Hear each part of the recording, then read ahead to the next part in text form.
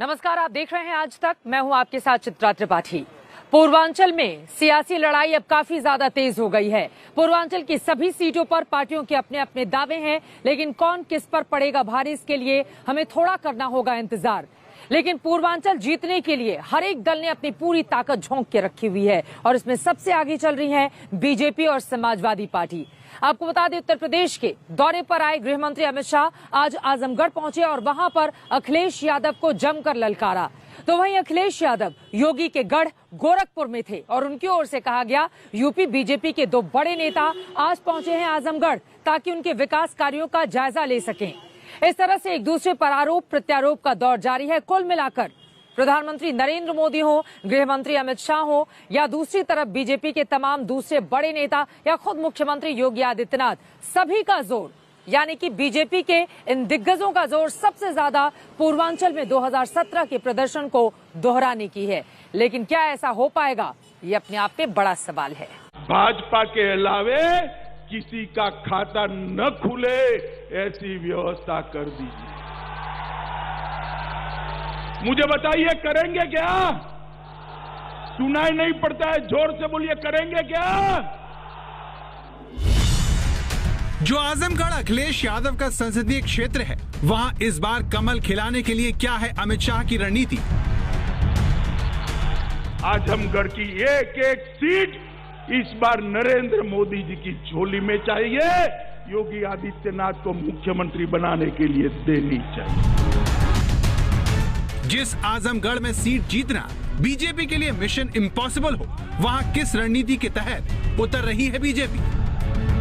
भारत माता की, भारत माता की, भारत माता की।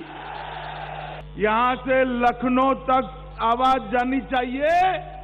इस बार आजमगढ़ की सभी विधानसभा सीटों में कमल खिलने वाला है।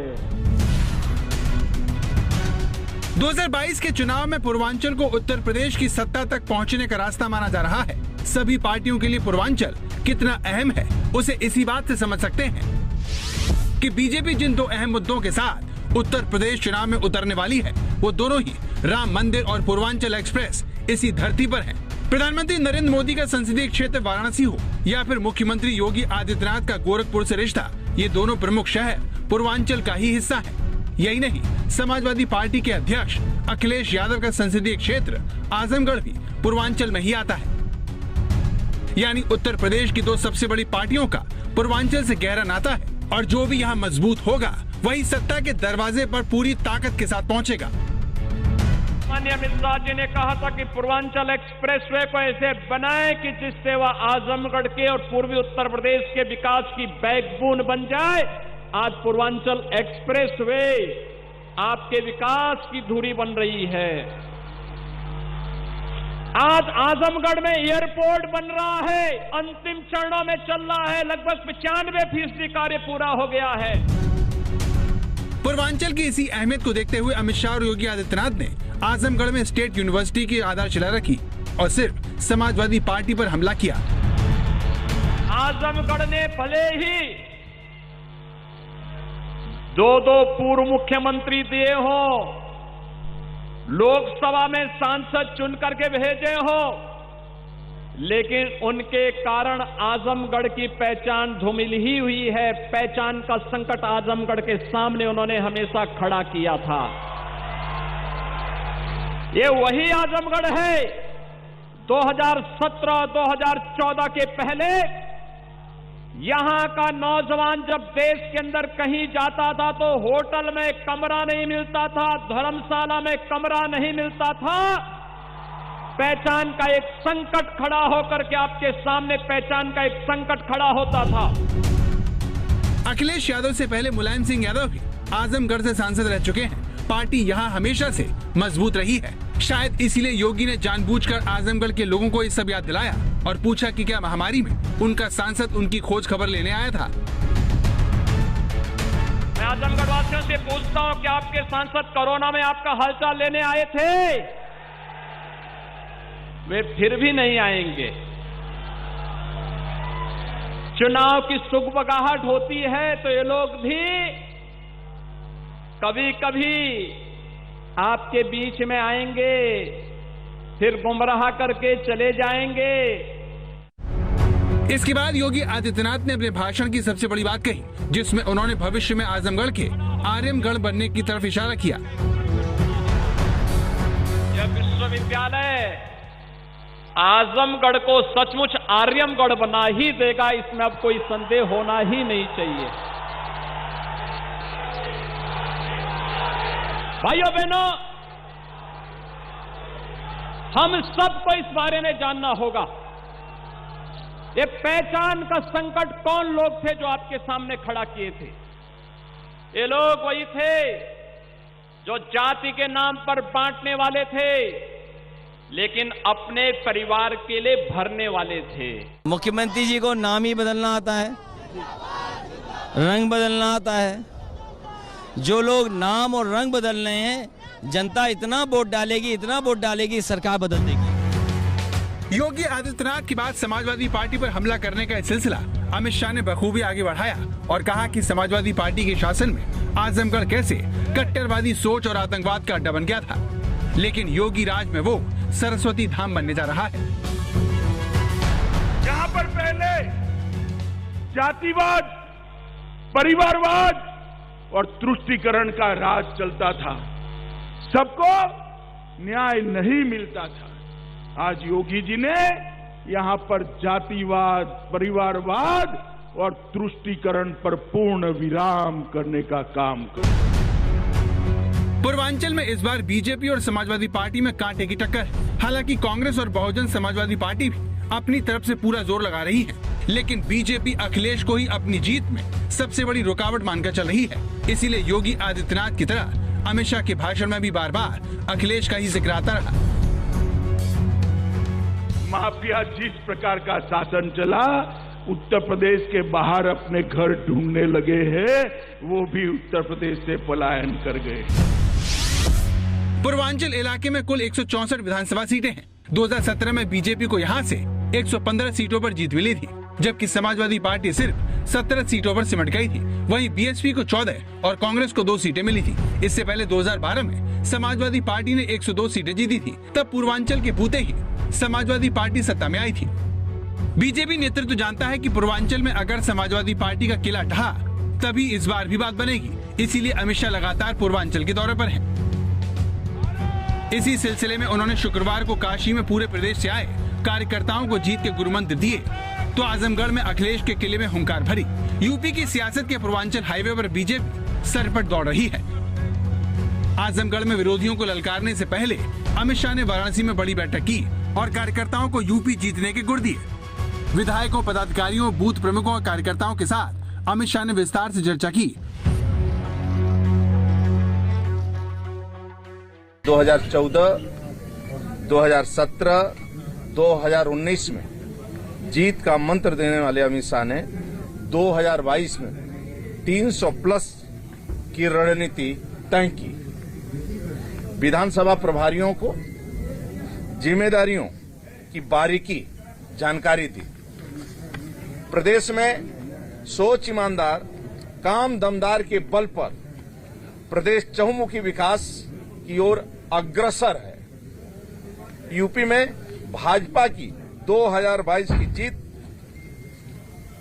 आगामी जीत जो 2022 का चुनाव है, कार्यकर्ताओं के दम पर और कार्यकर्ता जनता की आशीर्वाद लेकर ये चुनाव जीत दर्ज करेंगे।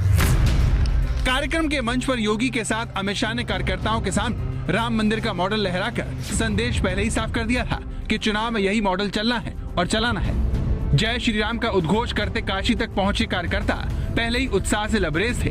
केंद्रीय नेतृत्व से जीत का मन मुताबिक मंत्र पाकर उनका जोश दोगुना हो गया। क्षेत्र में उन्होंने कहा है कि हम विधानसभा स्तर पर चुनाव नहीं लड़ेंगे, व्यवस्था करेंगे, हम राज्य के और देश के बातों को लेकर के जाएंगे। हम विधानसभा में कौन लड़ रहा है, हमारा बिंदु ये नहीं है। ऐसा कितना ही बड़ा नेता है, प्रदेश का हो, क्षेत्र का हो या राष्ट्र का हो, उसको अपना 60 वोट का काम करना ही है। 60 वोटर के पास जाना है, यानी कि 12-15 घर बस को जाना है, और 12-15 घर का वोट जब वो पका लेगा तो निश्चित सुनिश्चित जीत हमारी होगी। सारे लोगों को एकजुट लेके एक स्तर पे ले आएंगे और हम फिर से योगी सरकार बनाएंगे और राज्य में हमारी योगी सरकार बनेगी और हमारे पूरे केंद्र में नरेंद्र भाई मोदी जी ही बैठेंगे। बहुत योजनाएं जो चली हैं, ये योजनाएं जन जन तक हम लोग पहुंचा रहे हैं और जन जन तक ये योजनाएं जा रही हैं, और इसी योजनाओं पे और जो हम लोग उन्होंने कार्य किया है उस पर हम 2022 का चुनाव जीत रहे हैं। बीजेपी ने 2017 में पूर्वांचल में जो हासिल किया था उसे किसी भी सूरत में वो खोना नहीं चाहती।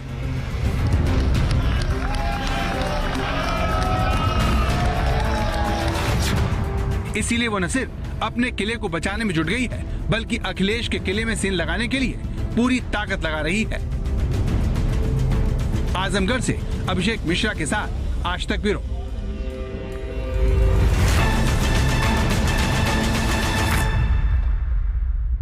गृह मंत्री अमित शाह ने योगी आदित्यनाथ की पीठ भी थपथपाई और ये कहा कि पूरे के पूरे पूर्वांचल को मच्छर और माफिया से उन्होंने मुक्ति दिला दी।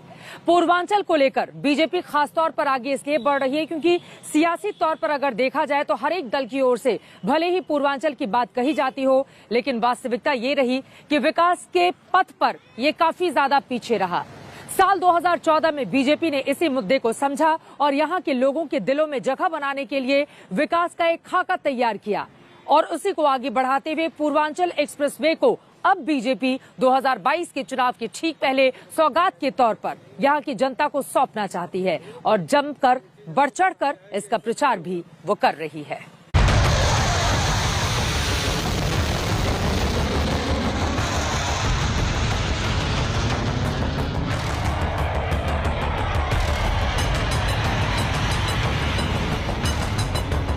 ये पूर्वांचल एक्सप्रेसवे के उद्घाटन को धमाकेदार बनाने की उस तैयारी का हिस्सा है जिस पर बीजेपी का काफी कुछ दांव पर लगा हुआ है।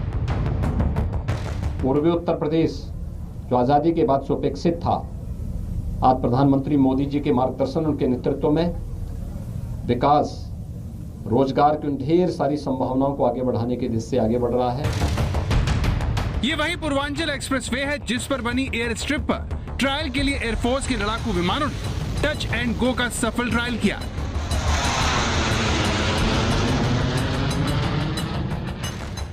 मैं आपको दिखाना चाहूंगी, संजय हमारे कैमरा पर्सन दिखाएंगे। आप देखिए, ये तमाम वो लड़ाकू विमान है। 16 तारीख को यहाँ पर उद्घाटन के समय आप जैसा कि देख पा रहे हैं टच एंड गो की यहाँ की पूरी ये प्रक्रिया होगी और आपात स्थिति में के लिए वायुसेना ने इस रनवे का इस्तेमाल जिस तरह से किया है, यकीनन वो अपने आप में काबिले तारीफ है। 3.2 का ये पूरा किलोमीटर का स्ट्रेच है और यहाँ पर तस्वीरों में लाइव हम दिखा रहे हैं। इसी तरह से कई ऐसे लड़ाकू विमान थे जो यहाँ से दूसरी तरफ जा रहे हैं, दूसरी तरफ से इस तरफ आ रहे हैं। अपने आप में 16 तारीख का दिन जो है वो अनूठा होने वाला है श्वेता। और आपको बताते चले कि ये प्रधानमंत्री नरेंद्र मोदी का ड्रीम प्रोजेक्ट भी था जिसकी शुरुआत अब हो चुकी है। इस एक्सप्रेसवे के जरिए बीजेपी पूर्वांचल के सियासी सफर को तेजी से पूरा करना चाहती है, अपनी वापसी को सुनिश्चित करना चाहती है जिस पर 2024 का भविष्य टिका हुआ है। इसीलिए 2022 की अग्नि परीक्षा में योगी को सफल बनाने के लिए खुद प्रधानमंत्री मोदी 16 तारीख को यहाँ पर वायुसेना के विमान से आ रहे हैं। में सरकार आज भ्रष्टाचार और भाई भतीजावाद से नहीं, विकासवाद से चल रही है। युद्ध के समय अमूमन दुश्मन एयर स्टेशन को निशाना बनाते हैं। इसी वजह से पूर्वांचल एक्सप्रेसवे पर ये जो एयर स्ट्रिप बना हुआ है वो अपने आप में काफी महत्वपूर्ण हो जाता है ताकि किसी भी आपातकालीन परिस्थिति में भारतीय वायुसेना के हमारी फाइटर जेट यहां से टेक ऑफ कर सके, लैंडिंग कर सके और यहां से अपनी पूरी तैयारी को आगे बढ़ा सके। इस लिहाज से भी पूर्वांचल एक्सप्रेसवे काफी ज्यादा महत्वपूर्ण हो जाता है और 16 तारीख को भारतीय वायुसेना यहां से दिखाएगी अपनी ताकत का प्रदर्शन।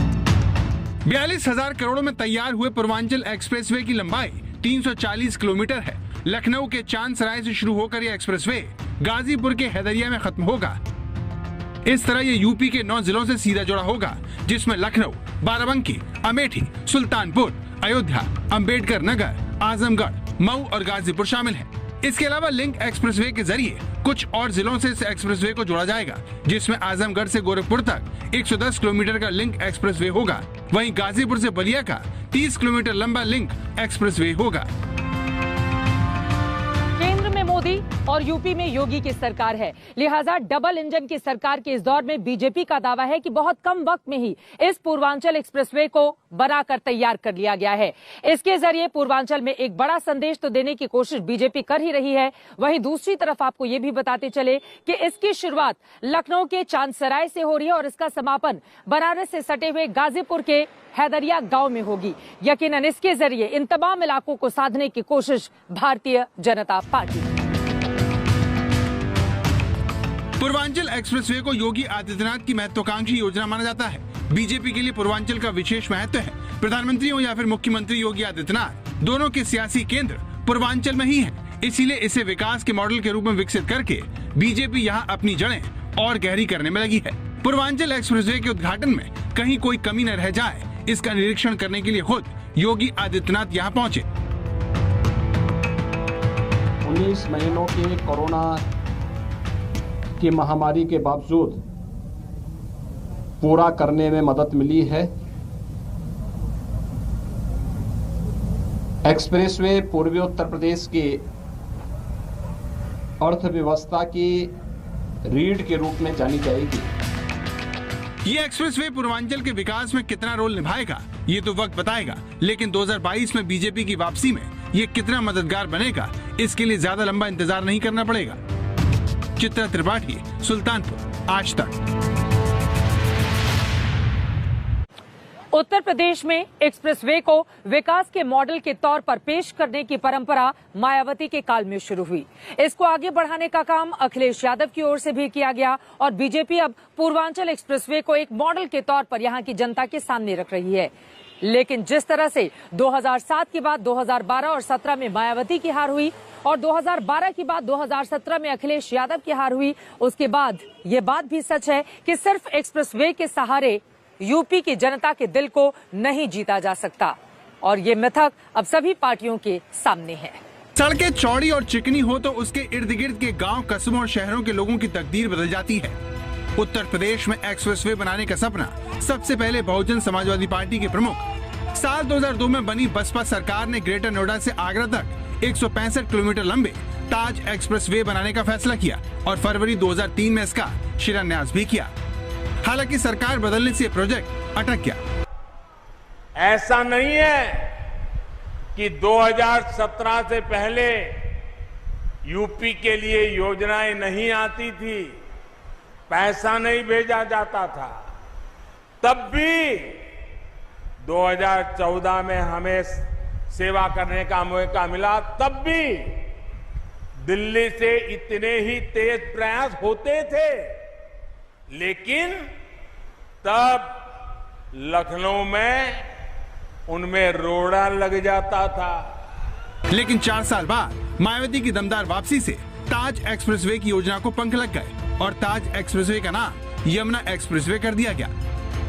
यमुना एक्सप्रेसवे ग्रेटर नोएडा, जेवर, अलीगढ़, हाथरस, मथुरा और आगरा जिले को जोड़ता है। 165 किलोमीटर लंबे इस एक्सप्रेसवे को मायावती ने 2012 के विधानसभा चुनाव में बड़ी उपलब्धि के तौर पर पेश किया, लेकिन जनता ने इसे समर्थन नहीं दिया। मायावती के बाद अखिलेश ने यूपी की कमान संभालते हुए 2012 में यमुना एक्सप्रेसवे का उद्घाटन किया और आगरा को लखनऊ से जोड़ने का बीड़ा उठाया। 6 लेन और 302 किलोमीटर वाले आगरा लखनऊ एक्सप्रेसवे को बनाने के लिए 10 जिलों के 232 गाँव में करीब 3,500 हेक्टेयर भूमि हासिल की गई और 36 महीने में बनकर तैयार हो गया। चुनाव से ऐन पहले अखिलेश ने इस एक्सप्रेसवे का उद्घाटन तो कर दिया, लेकिन आगरा से लखनऊ के बीच बना ये एक्सप्रेसवे उन्हें दोबारा सत्ता न दिला पाया। मैं समझता हूँ जनता इससे भी अच्छा काम चाहती है। अगर हमने एक्सप्रेसवे बनाया है, उनको नहीं पसंद आया एक्सप्रेसवे, वो सोचते हैं एक्सप्रेसवे से बड़ी बुलेट ट्रेन यूपी में आएगी, शायद बुलेट ट्रेन के लिए वोट दिया हो।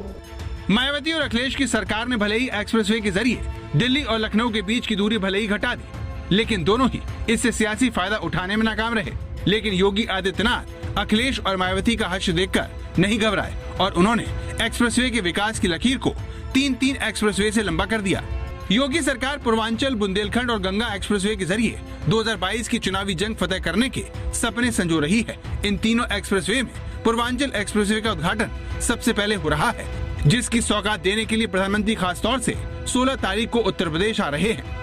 आज योगी जी की सरकार पूरी ईमानदारी से यूपी के विकास में जुटी हुई है। चुनाव से पहले बुंदेलखंड एक्सप्रेसवे के शुरू होने की चर्चा है। चित्रकूट से जालौन और फिर इटावा होते हुए एक्सप्रेसवे आगरा लखनऊ एक्सप्रेसवे से जुड़ जाएगा।